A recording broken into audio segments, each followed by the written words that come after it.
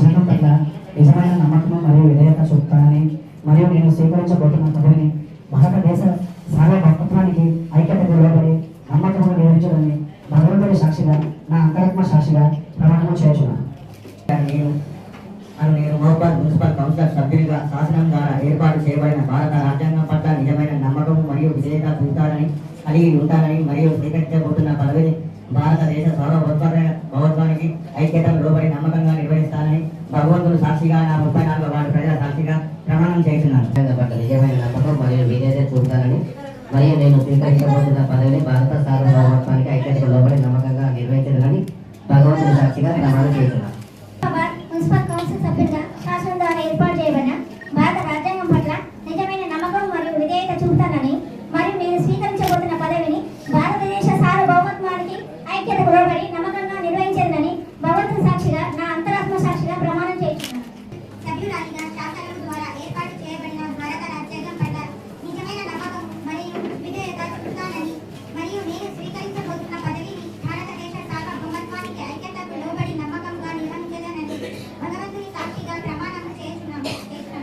నేను Mahabubabad municipal council సభ్యులుగా శాసనం ద్వారా ఏర్పాటు చేయబడిన భారత రాజ్యాంగం పట్ల నిజమైన నమ్మకము మరియు విధేయత చూపుతానని కలిగి ఉంటానని మరియు నేను స్వీకరించబోతున్న పదవిని భారతదేశం సార్వభౌమత్వానికి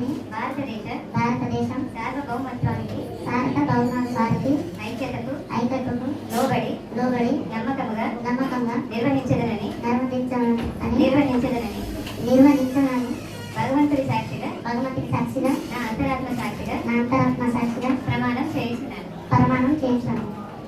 సభ్యురాలిగా శాసనం ద్వారా ఏర్పాటు చేయబడిన భారత రాజ్యాంగం పట్ల నిజమైన నమ్మకము మరియు విధేయత చూపుతానని మరియు నేను స్వీకరించబోతున్న పదవిని భారతదేశ సార్వభౌమత్వానికి ఐక్యతకు లోబడి నమ్మకముగా నిర్వహించనని భగవంతుడి సాక్షిగా నా అంతరాత్మ సాక్షిగా ప్రమాణం చేయించున్నాను. కౌన్సిల్ సభ్యునిగా శాసనం ద్వారా ఏర్పాటు చేయబడిన భారత రాజ్యాంగం పట్ల నిజమైన నమ్మకము మరియు విధేయత చూపుతానని కలిగి ఉంటానని మరియు నేను స్వీకరించబోతున్న పదవిని భారతదేశ సార్వభౌమత్వానికి ఐక్యం చేస్తున్నాను. దూపటి స్పందన గారు సభ్యులుగా శాసనం ద్వారా ఏర్పాటు భారత రాజ్యాంగం పట్ల నిజమైన నమ్మకం మరియు విధేయత చూపుతానని కలిగి ఉంటానని మరియు నేను స్వీకరించబోతున్న పదవిని భారతదేశ సార్వభౌమత్వానికి ఐక్యతకు లోబడి నమ్మకంగా నిర్వహించదనని భగవంతుడి సాక్షిగా నా అంతరాత్మ సాక్షిగా ప్రమాణం చేయించున్నాను. థ్యాంక్ యూ అమ్మా. నల్ల సంధ్య గారు ఏర్పాటు చేయబడిన భారత రాజ్యాంగం పట్ల నిజమైన నమ్మకము మరియు విధేయత చూపుతానని నేను స్వీకరించబోతున్న పదవిని భారతదేశ సార్వభౌమత్వానికి ఐక్యతకు లోబడి నమ్మకంగా నిర్వహించేదని భగవంతుడి సాక్షిగా నా అంతరాత్మ సాక్షిగా ప్రమాణం చేస్తున్నాను.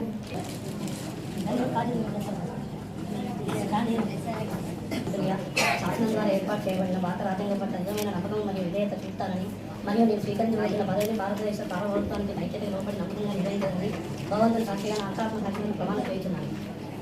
అదేవిధంగా ముఖ్య గుగులోతు జ్యోతి రమేష్ గారిని అత్యధిక ఓట్ల మెజారిటీతోటి ఈరోజు 21 ఓట్లు గుగులో జ్యోతికి రాగా, అదేవిధంగా కేవలం 17 ఓట్లు మాత్రం మన టీఆర్ఎస్ అభ్యర్థికి రావడంతో స్ట్రేట్ ఫైట్లో మన చైర్పర్సన్ని కైవసం చేసుకోవడం జరిగింది. అదేవిధంగా వైస్ చైర్మన్ అభ్యర్థిగా మన కాంగ్రెస్ పార్టీ బలపరిచినటువంటి సిపిఎం అభ్యర్థి సువర్ణపు సోమయ్య గారు 21 ఓట్లతో, అదేవిధంగా బీఆర్ఎస్ అభ్యర్థికి కేవలం 17 ఓట్లు రావడంతోనే ఈరోజు వైస్ చైర్మన్ కూడా కాంగ్రెస్ పార్టీ సిపిఎం అభ్యర్థుల కలయికలో ఈరోజు గెలవడం జరిగింది.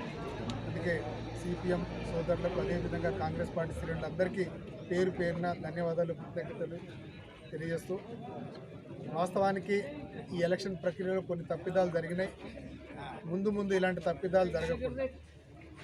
ప్రజలకు ఎక్కడో కొంత దూరం అవుతున్నామో అనే భావన కలిగింది.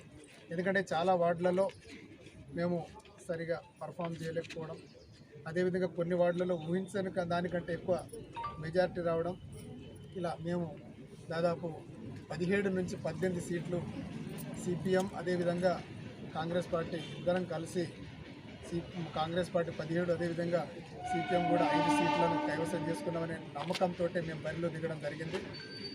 కానీ ప్రజల తీర్పు మనందరం చూసాం. అంటే ప్రజలకు మనకు ఎక్కడో కొంత గ్యాప్ ఏర్పడుతూ ఉందని తెలుస్తూ ఉంది. 2 సంవత్సరాల పరిపాలన. ఇప్పుడు మేమందరం ప్రజాక్షేత్రంలో వండుకుంటూ ప్రజల మన్ననలు పొందుకుంటూ వాళ్ళ కష్ట సుఖాలు తెలుసుకొని వాళ్ళకు దగ్గర అయ్యే ప్రయత్నం మేము చేయబోతున్నాం.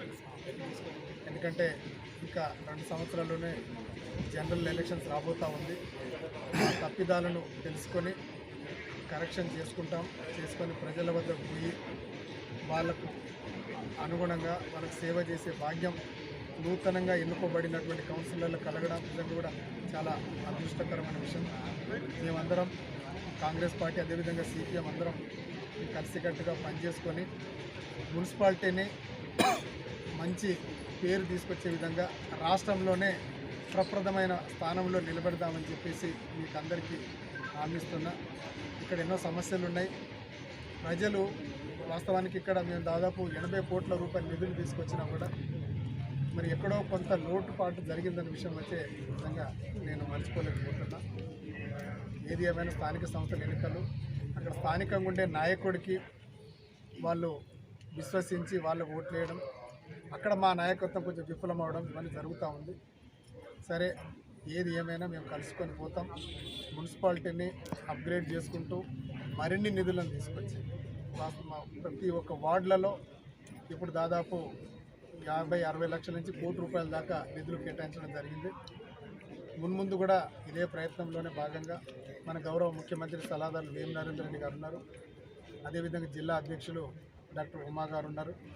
వీరందరి సాయంతో మహబూబాద్ మున్సిపాలిటీని చాలా అభివృద్ధి చేద్దామని చెప్పేసి మీకు మాటిస్తూ ఈ మున్సిపాలిటీ ఎన్నికల్లో అణువణువు మాతో ఉండుకుంటూ మన జిల్లా అధ్యక్షులు డాక్టర్ ఉమా గారు, మాజీ జిల్లా అధ్యక్షులు జన్నారెడ్డి భరత్చంద్రరెడ్డి గారు కూడా ప్రతి వార్డులలో ప్రచారం చేసుకుంటూ అదేవిధంగా మమ్మల్ని వెన్నంటూ ఉండి మమ్మల్ని కాపాడినటువంటి ప్రభుత్వ సలహాదారులు వేం నరేందర్ రెడ్డి గారికి, అదేవిధంగా ఇక్కడ మా అర్బన్ అధ్యక్షులు గణపురం అంజన్న, మా సిపిఎం మిత్రులు మాజీ అదేవిధంగా ఇప్పుడు ప్రస్తుత వైస్ చైర్మన్ గణపురం అంజయ్య గారు, గణపురం పూర్ణపు సోమయ్య గారు, అదేవిధంగా మన నూతనంగా ఎన్నుకోబడినటువంటి చైర్పర్సన్ గుగులోతు జ్యోతి, అదేవిధంగా ఇక్కడ చాలామంది కౌన్సిలర్లు ఉన్నారు. వారందరికీ పేరు పేరున ధన్యవాదాలు, కృతజ్ఞతలు తెలియజేస్తూ చైర్పర్సన్ మున్సిపాలిటీ చైర్పర్సన్గా నన్ను ఎన్నిక చేసినందుకు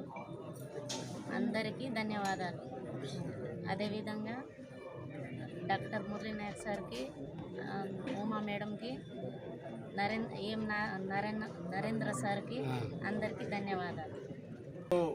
మహబూబాద్ పురపాలక సంఘానికి జరిగినట్టుగా చైర్మన్, వైస్ చైర్పర్సన్ స్థానాల్లో జరిగినట్టుగా ఎన్నికల్లో కాంగ్రెస్ పెద్దలు గౌరవనీయులు మన శాసనసభ్యులు డాక్టర్ బూక్యా మురళీ నాయక్ గారి, అదేవిధంగా మాజీ మున్సిపల్ చైర్పర్సన్ బీసీసీ అధ్యక్షురాలు గౌరవనీయులు పెద్దలు డాక్టర్ ఉమా మురళీ నాయక్ గారు, కాంగ్రెస్ పార్టీ అర్బన్ అధ్యక్షులు గణపురం అంజన్న గారు, పెద్దలు భరత్చంద్రెడ్డి గారు, పెద్దలు వేం నరేందర్ రెడ్డి గారు, అదేవిధంగా సిపిఎం పార్టీ జిల్లా కార్యదర్శి శ్రీనివాస్ గారు, జిల్లా నాయకత్వం మరియు కాంగ్రెస్ సిపిఎం శ్రేణులందరూ కూడా ఈ యొక్క ఎన్నికల్లో చాలా అహర్నిశాలు కష్టపడ్డాయి. సమైక్యంగా ఈ యొక్క విజయాన్ని సాధించడం కోసం కష్టపడ్డ వాళ్ళందరూ కూడా పేరునందరికీ ప్రత్యేకమైన కృతజ్ఞతలు నేను తెలియజేస్తా ఉన్నాం. పెద్దలు మన ఎమ్మెల్యే గారికి, అదేవిధంగా మన వేం నరేందర్ రెడ్డి గారు మన అధికార ప్రతినిధి వారికి, అదేవిధంగా డీసీసీ అధ్యక్షురాలు ఉమామోహన్ నాయక్ గారికి, అంజనా గారికి అందరికీ కూడా పేరు పేరున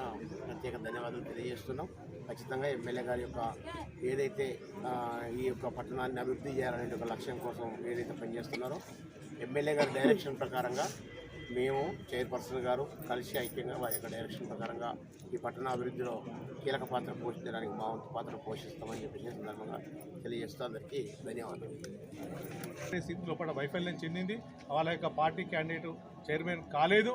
ఇండిపెండెంట్ను తీసుకొచ్చి రకరకాల ప్రలోభాలు పెట్టి ₹1,00,000 గుమ్మరిచ్చి అధికారులను మేనేజ్మెంట్ చేసి రిజర్వేషన్ల ప్రక్రియ కాడ కానీ ఓటర్లు అధికంగా చేర్పించడం కానీ ఇదంతా తంతు చేసి ఇవాళ చౌదొప్పి కన్ను లొట్టబోయిన చందంగా ఇవాళ ఈ యొక్క కాంగ్రెస్ పార్టీ మానుకోవడం పరిస్థితి ఉంది. ముఖ్యంగా డాక్టర్ మురళీనాయక్ గారు మా పార్టీ ముఖ్యంగా సిపిఐ పార్టీని మాలాంటి వాళ్ళను మున్సిపాలిటీలకు అడుగుపెట్టొద్దని చెప్పి చాలా తీవ్రంగా ప్రయత్నం చేసింది. మా గొంతుకు నొక్కాలనే ప్రయత్నం చేస్తే మాకు తలుపులు బంద్ చేయాలి మున్సిపాలిటీ అంటే తలుపులు బద్దలు కొట్టుకొని మున్సిపాలిటీ లోపల మీ అందరి ఆశీస్సులతోటి మీడియా కానీ ప్రజలందరూ కానీ అందరి సహకారంతో మేము అక్కడికి రావడం జరిగింది.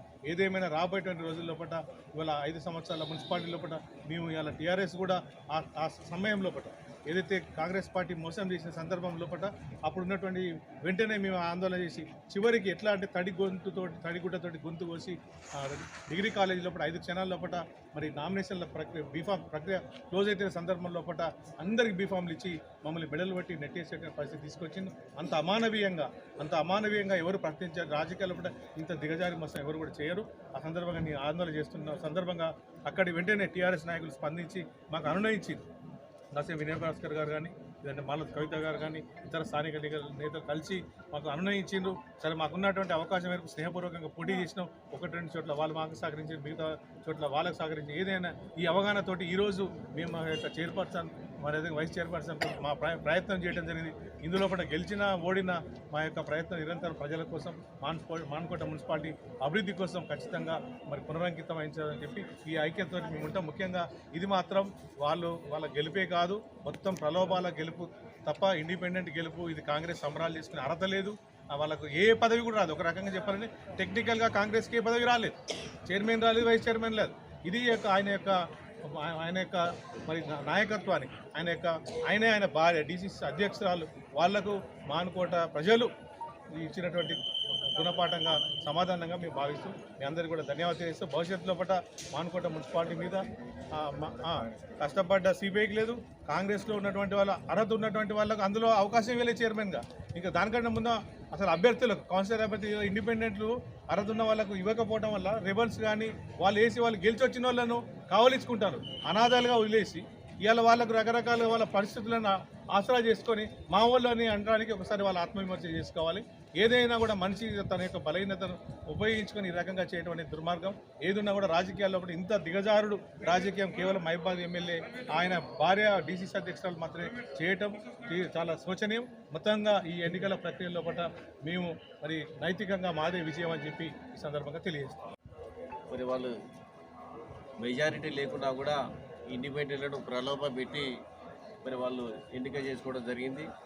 ముఖ్యంగా మన జరిగినటువంటి ఎలక్షన్లో మరి అత్యధిక మెజార్టీ స్థానాలు బీఆర్ఎస్ పార్టీ మరియు మా మిత్రపక్షమైనటువంటి సిపిఐ పార్టీ కలిసి అత్యధిక స్థానాలు మేము గెలుపొందడం జరిగింది. వాళ్ళకు మెజారిటీ లేకుండా కూడా వాళ్ళు ఈరోజు ఇండిపెండెంట్ తోటి వాళ్ళు ఇది దొడ్డిదారిన వాళ్ళు చైర్మన్ వైస్ చైర్మన్ ఎన్నిక కావడం జరిగింది. 2 ఏళ్ళ మా పాలన చూడండి అని చెప్పని వాళ్ళు మొన్నటి ఎలక్షన్లో ఎన్నోసార్లు వాళ్ళు ఇక్కడ ఉన్నటువంటి శాసనసభ్యులు చెప్పడం జరిగింది. మరి మీ 2 ఏళ్ళ పాలనలో ఈరోజు ప్రజలు తిరస్కరించారు, నైతికంగా మీరు ఓడిపోయారు, మేము విజయం సాధించడం అని చెప్పని ఈ సందర్భంగా తెలియజేసుకున్నాం. రాబోయే రోజులలో కూడా మా మిత్రపక్షమైన సిపిఐ తోటి మీ అందరం కూడా కలిసికట్టుగా మరి రేపు వచ్చేటువంటి సాధారణ శాసనసభ ఎన్నికల్లో ఇక్కడ ఖచ్చితంగా విజయకేతనం ఎగరవేస్తామని చెప్పి ఈ సందర్భంగా తెలియజేసుకుంటూ మరి మాకు ఇచ్చినటువంటి అవకాశాన్ని మేము సద్వినియోగం చేసుకుంటూ ఎప్పటికప్పుడు ప్రజాక్షేత్రంలో మా యొక్క కౌన్సిలర్లు అందరం కూడా మరి మేము ఇక్కడ ఉన్నటువంటి సమస్యల మీద మరి ఈరోజు ఎన్నికైనటువంటి మా చైర్మన్ కానీ తర్వాత ఇక్కడ ఉన్నటువంటి శాసనసభ్యులు కానీ ప్రజాక్షేత్రంలో ఏదైనా తప్పులు జరిగినట్టయితే నిలదీస్తామని చెప్పని ఈ సందర్భంగా తెలియజేసుకుంటూ ఈ 2.5 ఏళ్లలో ఎవ్వరు కూడా ఇంత మట్టి పోసిన వాళ్ళు లేరు, డ్రైనేజీలు క్లీన్ చేసిన వాళ్ళు లేరు, స్ట్రీట్ లైట్లు పెట్టిన వాళ్ళు లేరు. ఇంకో 2.5 ఏళ్లలో అయినా వాళ్ళు పనిచేస్తే సంతోషము. పాపం మిగతా వాళ్ళకు కూడా డెవలప్మెంట్ ఉంటుంది. మేము మాత్రము ఇలానే గట్టిగా పోరాడతాము. మాకు పోరాటం కొత్త ఏం కాదు. ఇలాగే పోరాడి గవర్నమెంట్ నుంచి వచ్చే ప్రతి ఒక్క స్కీము, ప్రతి ఒక్క పాలసీ, మేము చేయాల్సిన ప్రతి ఒక్క పని ఆ ఆఖరి పేదవాడి ఇంటి వరకు తీసుకెళ్తాము. ఖచ్చితంగా మేము ప్రతి ఒక్క హామీ కూడా నెరవేరుస్తాము, ప్రతి ఒక్క పని కూడా చేసి చూపిస్తాము. కాబట్టి ఈ అవకాశం ఇచ్చిన మీ అందరికీ కూడా ధన్యవాదాలు.